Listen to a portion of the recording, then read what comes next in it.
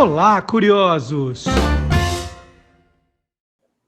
Boa noite, curioso! Boa noite, curiosa! Hoje é quinta-feira, noite de conversar com Magalhães Júnior, para o Magalhães contar para a gente aquelas boas histórias, né, da televisão brasileira. E hoje não preciso nem ficar aqui inventando, né, suspense, porque todo mundo que assistiu ao programa da semana passada sabe qual é o tema de hoje. Bad Girls, as Bad Girls da televisão brasileira. Maga, fez a lição de casa? Boa noite. Boa noite, Marcelo. Eu, que não sou um bad boy, né? Pelo menos agora, né?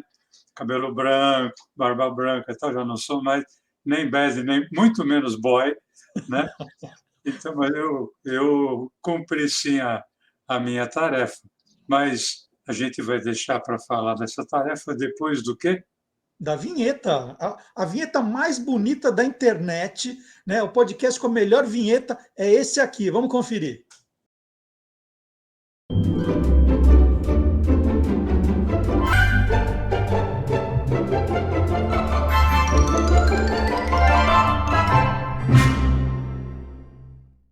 Muito bem, então chegou a hora de conhecermos as Bad Girls da televisão brasileira. Qual é o critério, né? O que elas tinham em comum, o que elas fizeram, Maga, para merecer esse título, Bad Girls? Olha, Marcelo, vou falar rapidinho uma coisa. Teve um amigo meu que me ligou, né? Ele assistiu ao podcast semana passada. Ele falou: caramba, eu esperava que você fosse contar aquelas histórias, né, de artista que brigou em bar, tal, não sei o quê. Porque na cabeça de muita gente, o bad boy é esse, né? O cara que briga, arrebenta, que causa, tal, não sei o quê. O cara que, sei lá, toma um porre, pula do palco, né? Uhum. Você contou uns causos, né, que não eram assim. Eu falei, não, mas a ideia não é falar da vida particular. A ideia é falar do artista, da artista, né? Então, hoje, por exemplo, nós vamos falar de 4 bad girls. E o que elas tinham em comum? Eu falo tinham porque nenhuma das 4 está mais entre nós, pessoalmente. O que está entre nós, o que permanece, é a lembrança e a obra de cada uma delas. Mas o que Perfeito. elas tinham em comum é que todas eram geniais, passionais, irreverentes, muitas vezes imprevisíveis, e as 4 em algum momento da carreira, comandaram um ou mais programas de televisão. Mas, basicamente, as 4 eram imprevisíveis, e para usar um termo que talvez não seja o mais adequado, mas elas eram incontroláveis. Que legal. Então vamos lá, são 4 Bad Girls. Vamos começar com quem?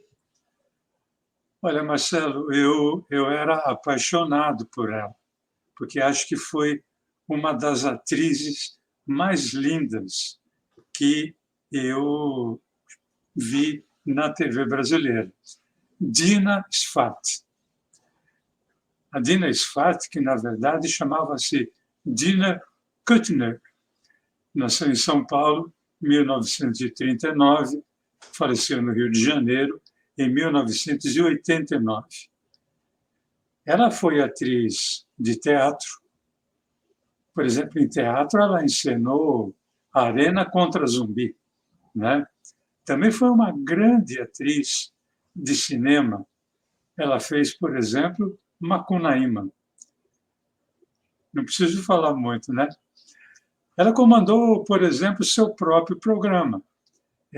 Chamava-se Dina Mil e Uma Histórias, na TV Record, em 1985.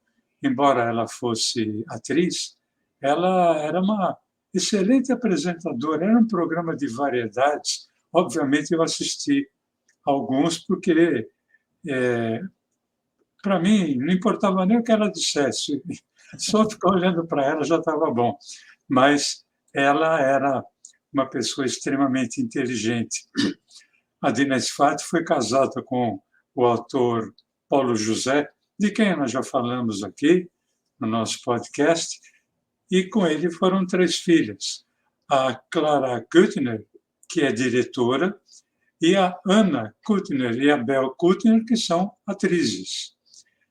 Agora, em televisão, Marcelo, a Dina Sfat, além de ter comandado esse programa que eu citei, ela participou, por exemplo, de minisséries. Eu lembro de uma chamada Quem era Shirley Temple? E foi na TV Globo, anos 80. Mas em televisão ela fez mais novela. Sua primeira novela foi na TV Tupi Rio, 1965, 66, uma novela chamada Ciúme. Ela passou também pela TV Excelsior, pela TV Record, muito pela TV Globo, pela RTP, emissora de Portugal, onde ela esteve muito tempo. Na Globo, eu posso citar algumas novelas que ela fez que foram um sucesso. Selva de Pedra, a primeira versão, Gabriela, Saramandaia, a primeira versão, e O Astro. Em Gabriela, ela fazia uma das prostitutas do cabaré Bataclan. O nome da personagem era Zarolha. Era muito legal. E a Saramandaia, ela não era uma prostituta, mas ela fazia um personagem muito interessante chamada Risoleta, que era a fogosa dona da única pousada da cidade.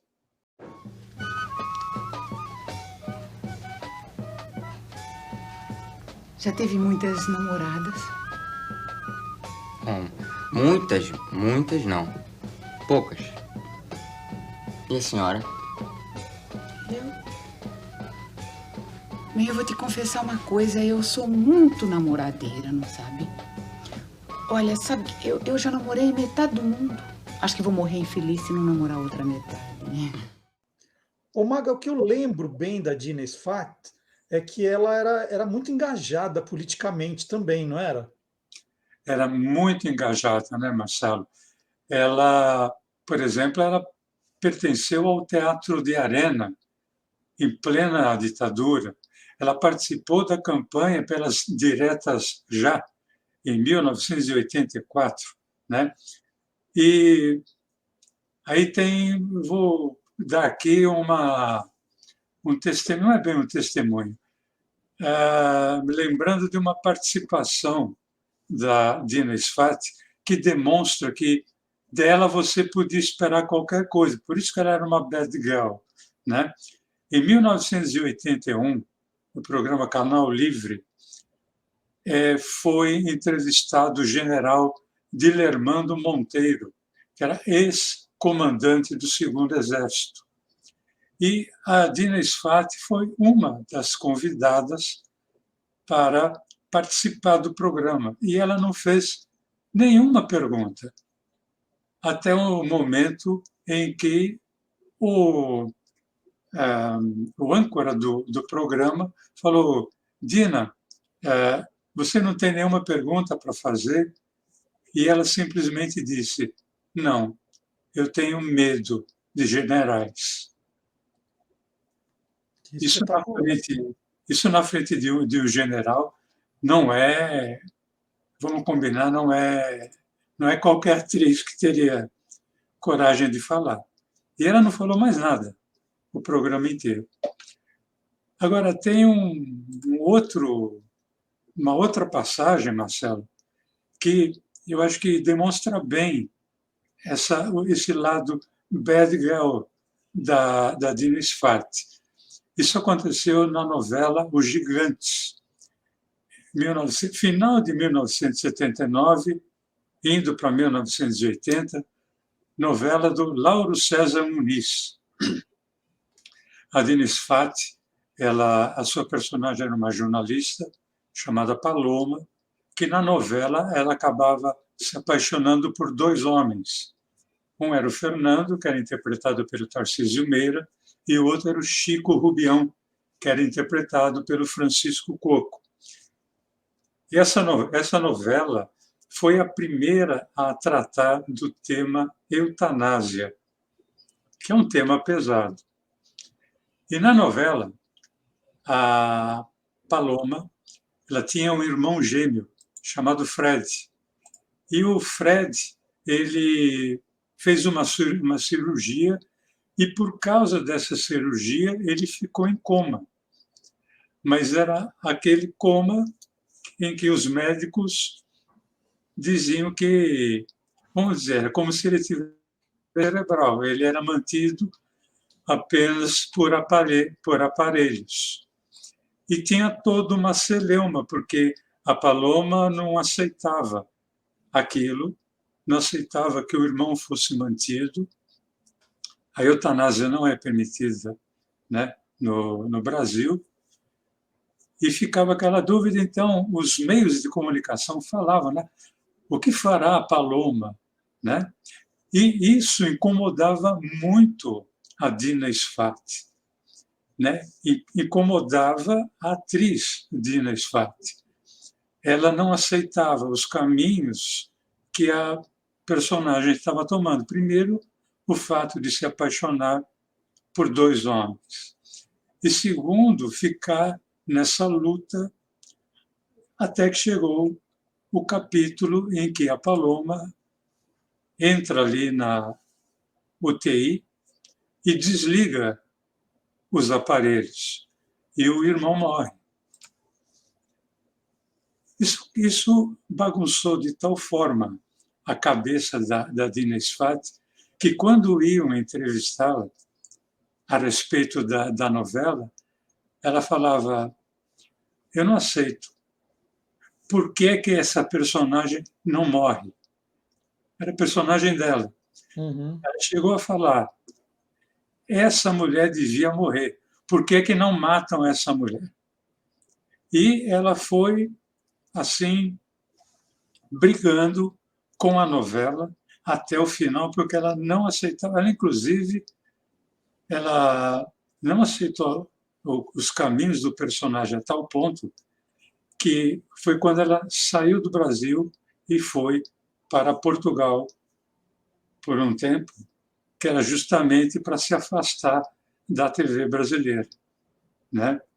E, segundo o site do Nilson Xavier, site Teledramaturgia, é o mais completo site que existe, né, sobre teledramaturgia brasileira, o Lauro César Muniz dizia que era muito complicado trabalhar com ela, porque ela não aceitava, quando ela pegava o script, ela chegava no set de gravação, ela jogava o script no chão e pisava em cima e falava: eu não vou gravar essa merda. Bom, aí passaram-se os anos e 2002 eu participei por um tempo de uma associação chamada ARTV, Associação dos Roteiristas de TV, e dos quais era membro Lauro César Muniz. Então, nós nos tornamos próximos por causa dessa associação, conversamos muitas vezes, e uma vez eu comprei, achei esse livro aqui, ó, A Morte do Imortal. Segura aí que nós vamos mostrar pertinho, Maga. Segura aí, ó. A Morte do Imortal, Lauro César Muniz. Tá aí. Lauro César Muniz. E aí eu pedi para que ele autografasse para mim, né? Então está aqui. Vamos chegar lá. Ó. Ao Maga com admiração do amigo Lauro César Muniz.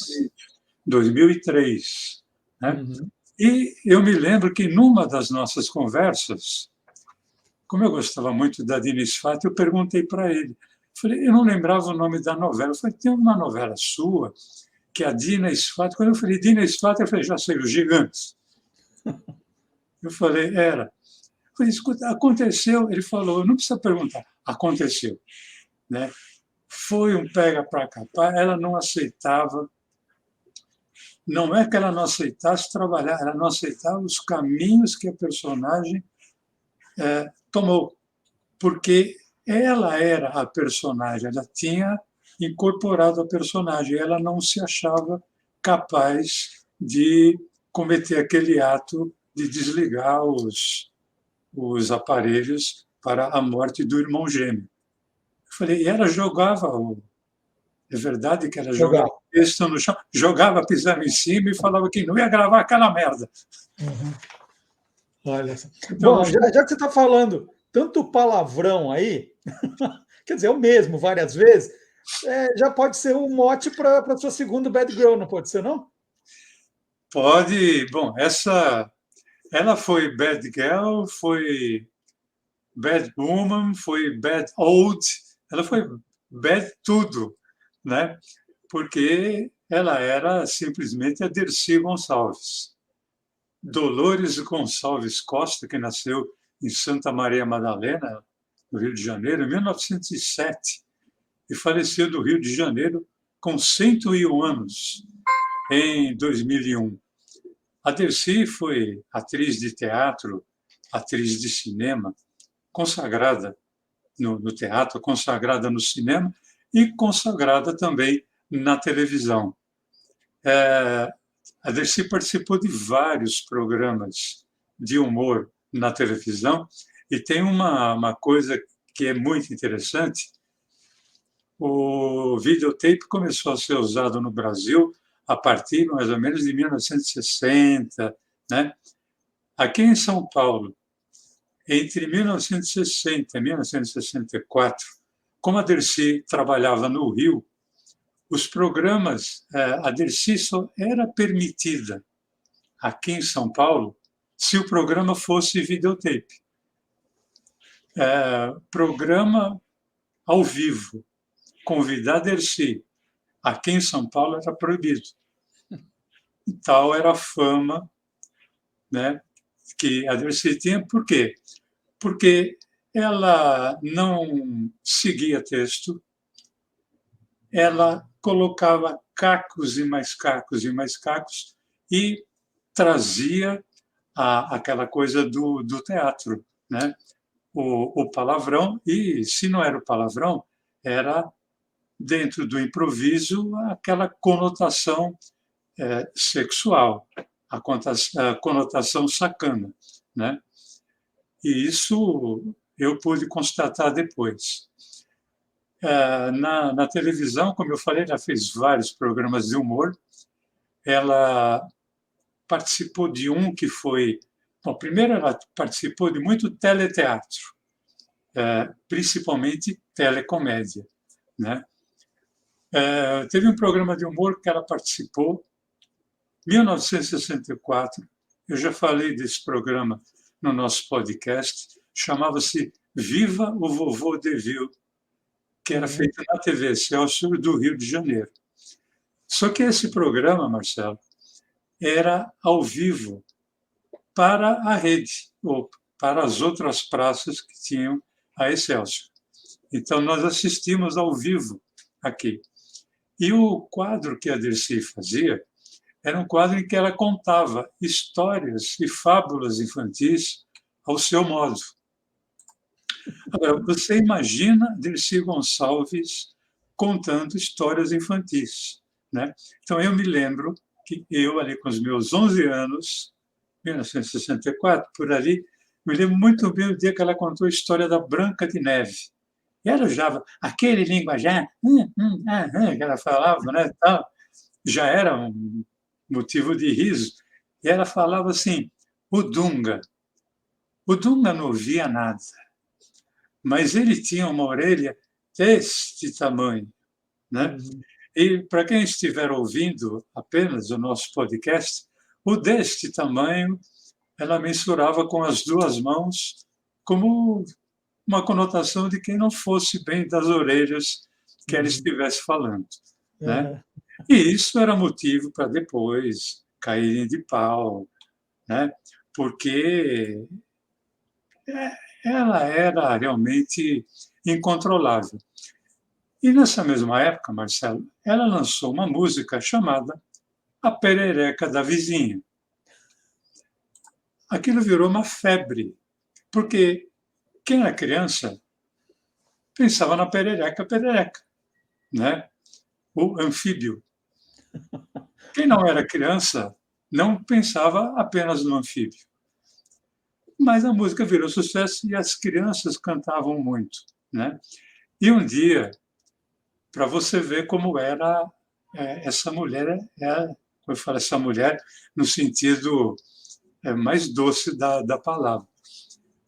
Era o programa Viva o Vovô Deville, tinha orquestra ao vivo, porque era um programa que trabalhava na base do show vaudeville, né? Tinha muito musical, então aí a orquestra era do maestro Zacarias.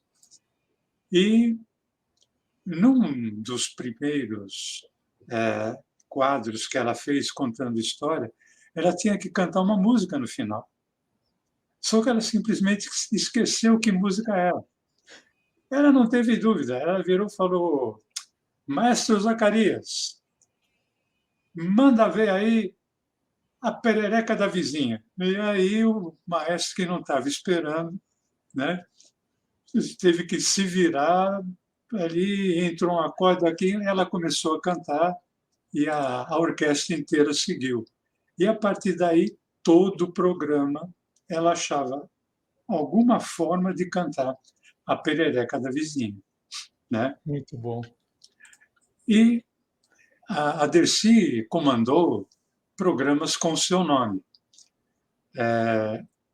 A Fabulosa Dercy, na Excelsior, em 1965, Dercy Espetacular, que era um teleteatro, na Excelsior, em 1966, Dercy de Verdade, aí já na TV Globo, em 1967, e que era um programa de variedades, ela fazia muita entrevista.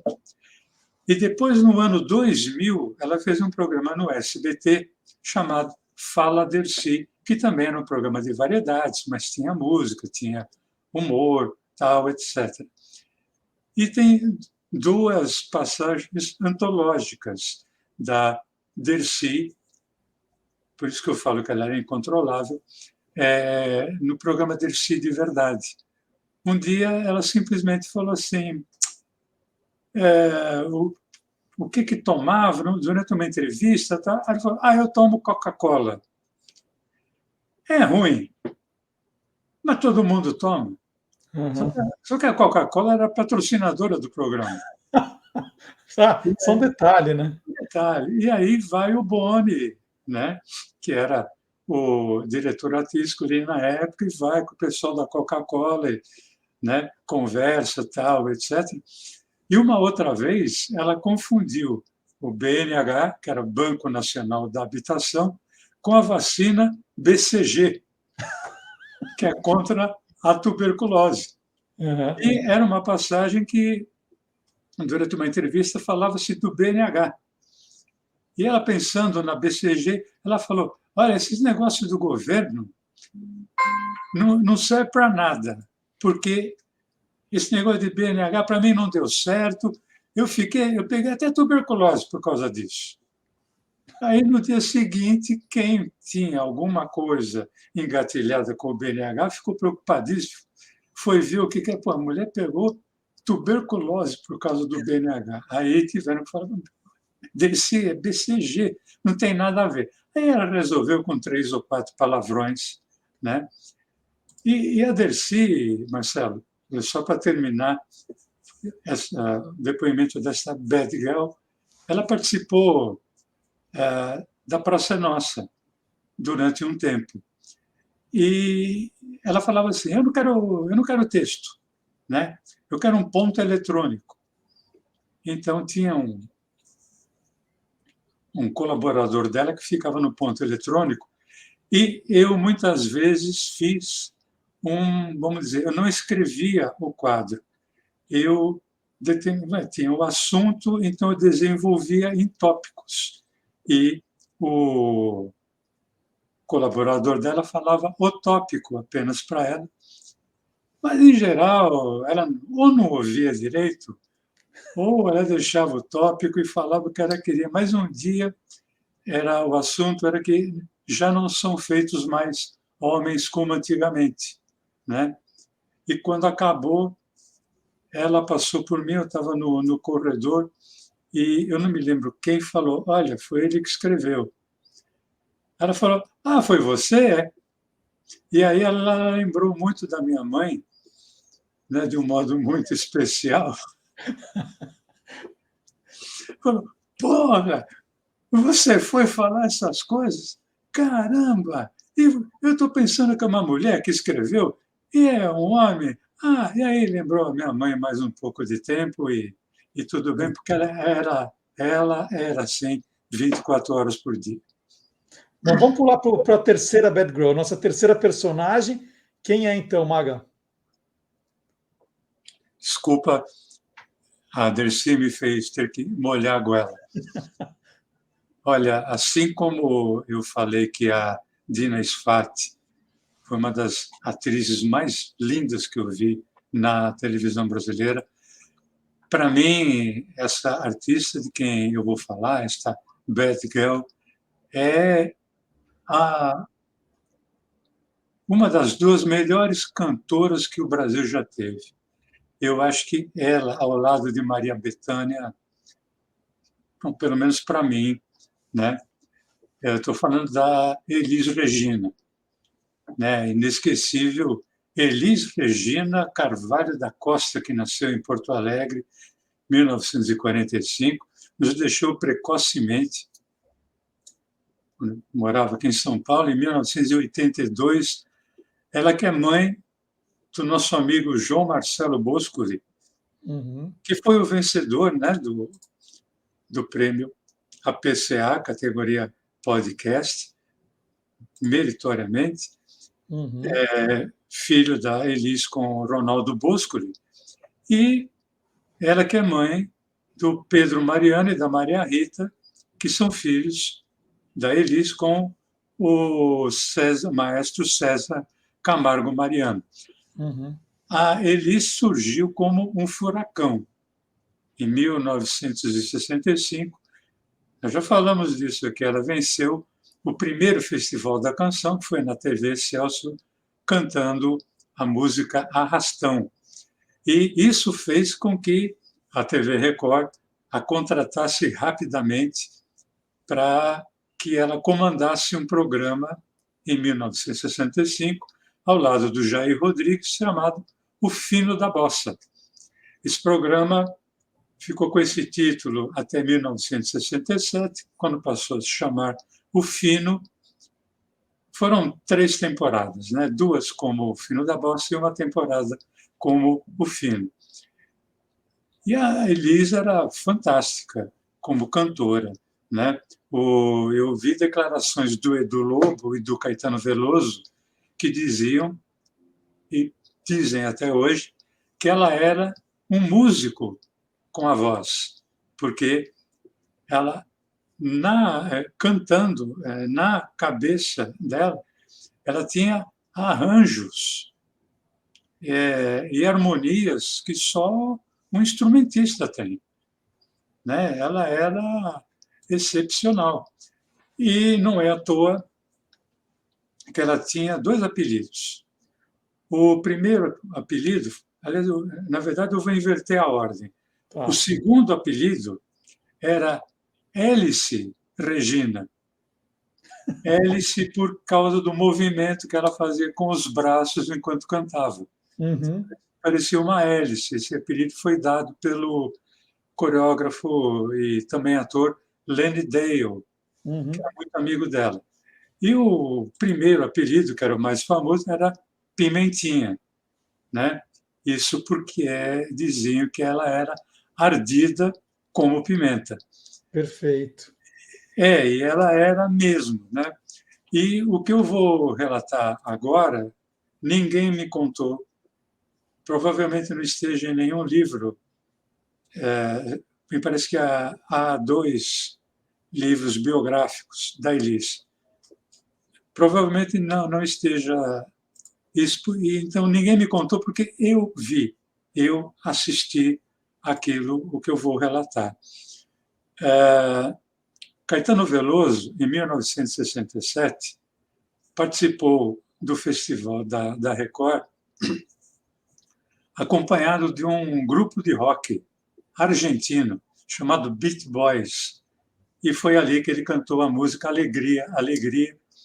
E aquilo, o Alegria, Alegria, dividiu o público, né? Porque a parte que era mais roqueira, achou maravilhoso aquilo, e a parte que era mais MPB achava aquilo um absurdo, a invasão de guitarras na música popular brasileira.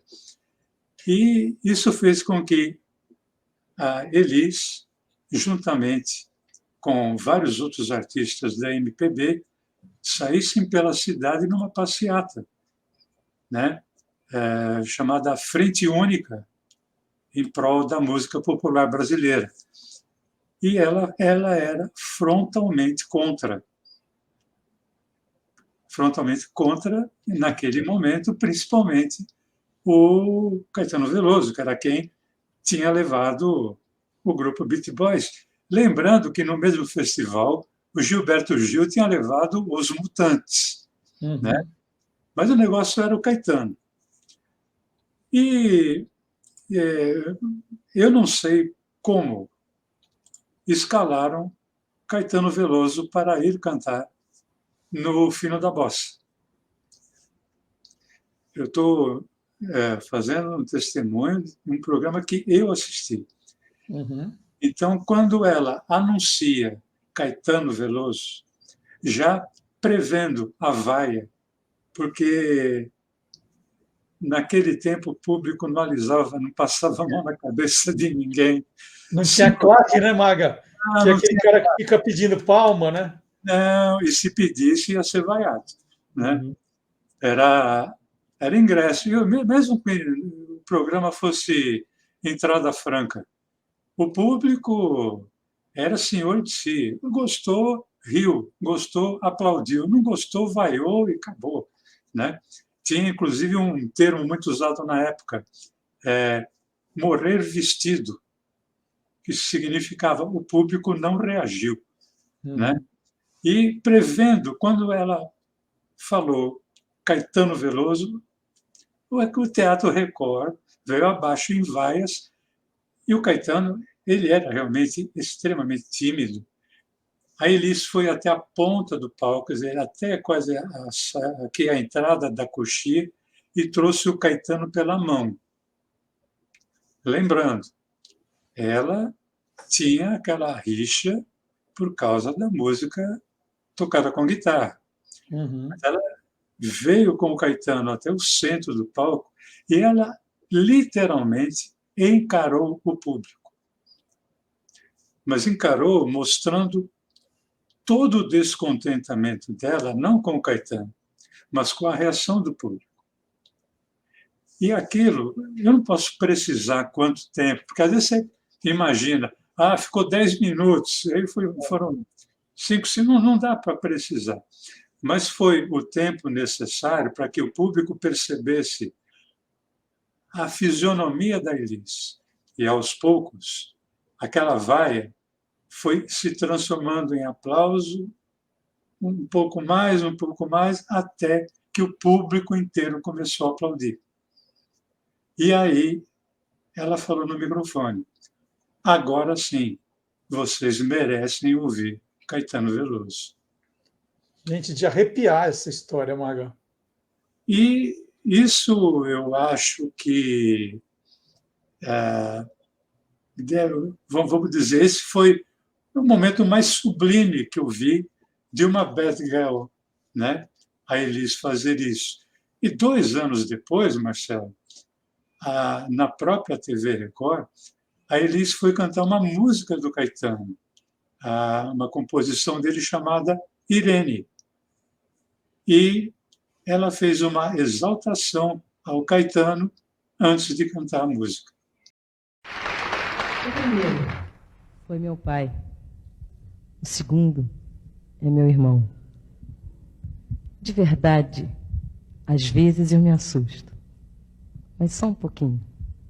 Na grande maioria das vezes, quando eu leio as suas poesias, escuto as suas músicas, ou mesmo vejo uma fotografia sua em jornal ou revista, fico com um sorriso meio sobre o bobão. Gosto de Caetano como gosto de meu irmão. E tenho por ele uma admiração e um respeito que quase todos vocês têm. Bom, as histórias da Elis são sempre maravilhosas.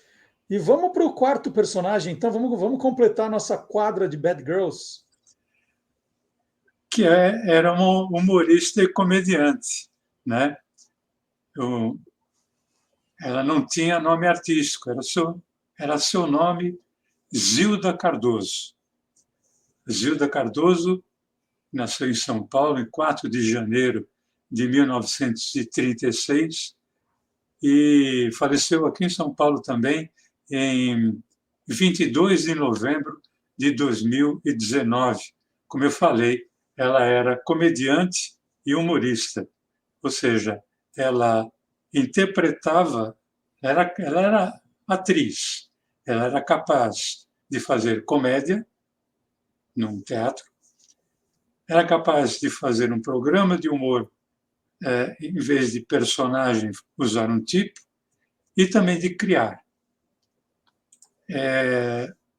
Ela tentou ser comediante no Rio, ali no final dos anos 50, 1959, não deu certo e, quando ela voltou para São Paulo, ela botou a boca no trombone, falando que os velhos não aceitavam a presença dos novos, né? E isso foi uma declaração muito forte na época. Ela que teve como personagem principal uma translocada que usava, de vez em quando, usava uma cartola, parecia uma mendiga, perdão, que fumava charuto. Interessante que ela só fumava charuto em cena, porque fora de cena ela só fumava cigarro. 3 maços por dia, mas charuto não. E o nome dessa personagem era Catifunda. E com essa personagem ela fez muito da carreira dela, né? Começou na Praça da Alegria, com o seu Manuel de Nóbrega, nas 2 versões, na TV Paulista, nas 3 versões, TV Paulista, TV Record e TV Tupi. Depois na Praça é Nossa, onde eu acabei trabalhando junto com ela, e na escolinha do professor Raimundo. O primeiro sucesso da Zilda Cardoso foi, obviamente, quando ela começou a participar do programa Praça da Alegria, na TV Paulista, com o seu Manuel. E aí mostra um pouco da Bad Girl. O diretor artístico da TV Paulista era Paulo de Gramont. E ela procurou o seu Manuel e falou: seu Manuel, meu nome é Zilda Cardoso, eu sou atriz, sou humorista, e quem me indicou aqui foi Paulo de Gramont, pedindo para ter uma chance no seu programa. E o Carlos Alberto de Nóbrega me disse que, óbvio, ele participava do programa também, foi que o seu Manuel estranhou um pouco, porque Paulo de Gramont não era o tipo de diretor artístico que influenciasse ou tentasse exercer qualquer influência nos programas, mas como era uma indicação do Paulo de Gramont, tudo bem, vem e participe. E ela participou e ela arrasou nesse primeiro programa. E quando ela acabou, o seu Manuel falou: está contratado, né? E naquele ano ela acabou recebendo o troféu Roquete Pinto como revelação do ano. E aí um dia o seu Manuel encontra Paulo de Gramont e fala: Paulo, queria te agradecer. Por que, seu Manuel? Agradecer a indicação que você me fez. Que indicação? Da Zilda Cardoso. Mas eu não indiquei, eu nunca falei com ela pessoalmente. E aí que ele ficou sabendo que tinha sido o famoso 171. Total. Mas, assim, você poderia imaginar essa história partindo de um ator, dificilmente de uma atriz, né? E eu achei isso uma coisa muito interessante. A Zilda teve um programa dela, que tinha o seu nome, o sucesso em A Praça da Alegria foi tão grande que, sem deixar a Praça da Alegria, ela passou também a ter um programa chamado Zilda em 23 polegadas, na TV Paulista, em que ela fazia era um personagem, digamos assim, melodramático. Era Maria Camela. Esse programa era escrito pelo Aloysio Silva Araújo. E, como mais ou menos seguindo a linha da Dercy, não tanto pelo palavrão, embora o palavrão vá ser base daquilo que eu vou contar, a Zilda Cardoso também improvisava muito em cena. E num desses improvisos, na TV Rio, o programa se chamava O Riso é o Limite, escrito pelo um dos que escrevia era o Aloysio Silva Araújo, que foi quem a convidou para fazer o programa. E ela foi suspensa pela emissora por causa de um palavrão que ela falou em cena. Agora, que palavrão que era esse? Você vai falar o palavrão no ar? Peraí, você vai falar o palavrão no ar? Era filha da mãe. Filho da mãe? Filha da mãe. Uma Só coisa isso? que hoje é, né, tão normal, você fala até brincando, aí, filha da mãe. Só que naquele tempo, filha da mãe era parelho com. Era um eufemismo de um outro palavrão, porque eu já esgotei aqui a minha A sua cota de de hoje já foi. né? Mas era extremamente ofensivo. Mas ela não falou de uma forma ofensiva, ela falou justamente, ela colocou um caco. Era para falar, me parece que o texto era assim, alguém perguntava, de quem era filha? Ela tinha que falar, filha da Dona Maria? Ela falou, ela? Você não sabe? Ela é filha da mãe, a Dona Maria, né? Uhum. Mas quando ela meteu esse da mãe, o público riu, né? Diz que não muito, porque era, como eu falei, o público não passava pano para ninguém, né? Então, uma parte riu, uma parte achou extremamente ofensivo, porque era televisão, e, por causa disso, ela foi suspensa. Eu não posso precisar por quanto tempo, mas foi a primeira comediante a ser suspensa. Essa nossa quarta e última Bad Girl, ela era imprevisível em cena.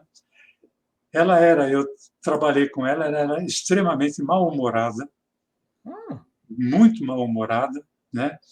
E eu vou dar um depoimento aqui, porque às vezes a pessoa ela é mal-humorada, ela talvez possa, o santo dela possa não bater com alguma outra pessoa, como era o meu caso, e num dado momento ela pode te surpreender. Nós nunca nos gostamos. Eu conheci a Zilda na TV Record em 1985. Eu ainda era professor de química, né? Uhum. E ela achava que eu estava tomando o lugar de um profissional, porque eu não era cara de televisão, nem de rádio. Eu era um professor de química ainda, né? Então eu estava tomando, de química. Eu estava tomando o lugar de alguém.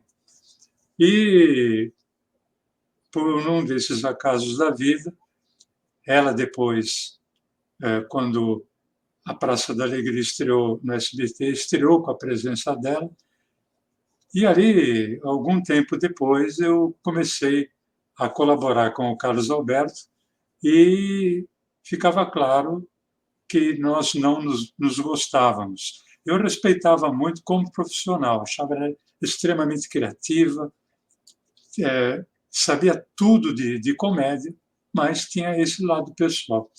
E um dia, Carlos Alberto me ligou falando, olha, não tem texto para a Zilda. Normalmente era ela quem escrevia o próprio texto. E, por algum motivo, ele falou, eu sei que você não gosta dela, ela não gosta de você, mas você pode escrever o texto? Sendo bem sincero, eu não fiquei muito feliz, né? Mas você tem que ser profissional, e eu escrevi. E eu nem fui à gravação. Escrevi, entreguei e tal, etc. E eu não lembro se o programa ia ao ar. Não lembro, era a época que o programa ia ao ar no sábado ainda. Tanto é que o programa acabou, era sábado. E a Eliana e eu, minha mulher, nós estávamos nos preparando para sair quando tocou o telefone. Naquele tempo não tinha Bina. Uhum. Né? E se tivesse, eu não ia reconhecer o telefone. Eu atendia, era a Zilda Cardoso. O quadro que eu havia escrito tinha ido ao ar. Né? Ela entrava dizendo que ela preparava um show de sexo para a terceira idade. Uma coisa assim. Ela falou, Magalhães, Zilda Cardoso. Eu falei, ô Zilda, tudo bem? Tudo bem, então. Olha, eu queria dizer, eu estou ligando para dizer que seu texto estava muito bom, que foi um dos quadros mais engraçados que eu já gravei. E estou ligando para dar os parabéns. Você assistiu? Falei, assisti e eu achei que você, como sempre, matou a pau. Né? Ele falou, bom, então está dado o recado, eu espero que você não entenda que com esse telefonema eu tenha passado a gostar de você. Eu não gosto de você. Eu falei, bom, então nós continuamos empatados, né? Porque eu também não gosto de você. Ele falou, mas o teu texto estava muito bom. Eu falei, e o quadro ficou muito bom. Então, boa noite, até logo, até logo. E continuamos. Depois ela foi embora, ela foi para a Globo, ela fez novela na Globo, fez a escolinha do professor Raimundo, depois ela ficou reclusa, tal, etc. Tanto que, quando nós soubemos do seu falecimento, ela estava reclusa. Né? E nós nunca mais nos falamos.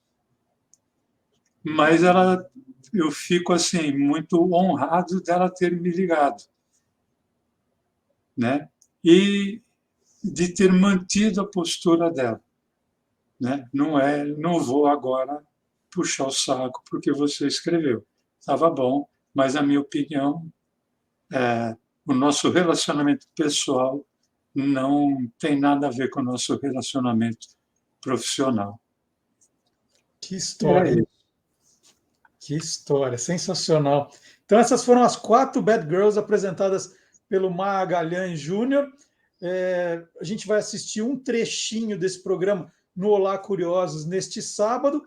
Quinta que vem tem o programa número 99 do Quem Te Viu, Quem TV. Né? Já preparação para o programa número 100. Né? E o Maga já está a 1000, pensando nas ideias. Você vai mandar fazer uma camisa com o número nas costas, que nem os jogadores fazem? Não, eu vou fazer aquela sua piada, sem camisa. Né? Sem camisa. Peito nu. Olha, o Marcelo falou que vai fazer uma camiseta para o programa 100 e eu estou sem a camisa. Comigo não dá certo, porque eu sou um Tony Ramos Júnior. Eu sem camisa pareço estar de pullover. Muito legal. Então, gente, não vá embora sem deixar o seu like, o seu joinha aqui para o programa. Deixe o seu comentário e comente com os amigos, compartilhe o Quem Te Viu, Quem Te Vê. Se você perdeu qualquer um, esse é o número 98. Dos 97 anteriores, estão todos guardados para você no canal do YouTube do Guia dos Curiosos.